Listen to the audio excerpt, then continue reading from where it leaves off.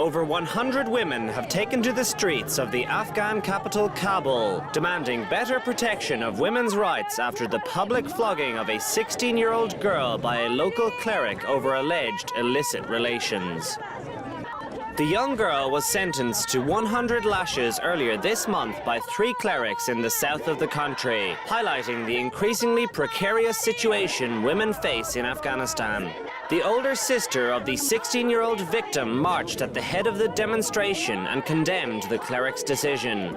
Human Rights Watch researcher Heather Barr said that the Taliban's enduring influence means that violence against women is hard to root out. There are certainly parts of the country where the Taliban is making decisions about who should be punished and behaving as if they have their own courts in a way which is not different from 2001.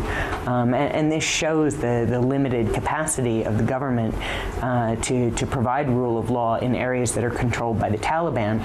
This flogging case comes only months after a video emerged of a 22-year-old woman accused of adultery being shot dead to cheers of jubilation from a male crowd just over an hour's drive from Kabul.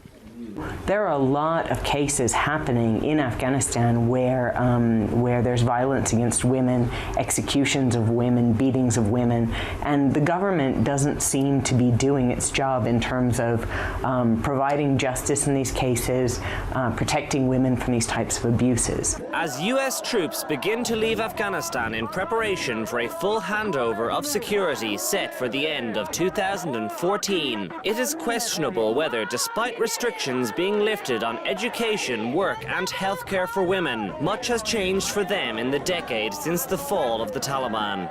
Plans for peace negotiations between the Taliban and the Afghan government have also raised fears that any progress Afghan women may have made may simply be bargained away.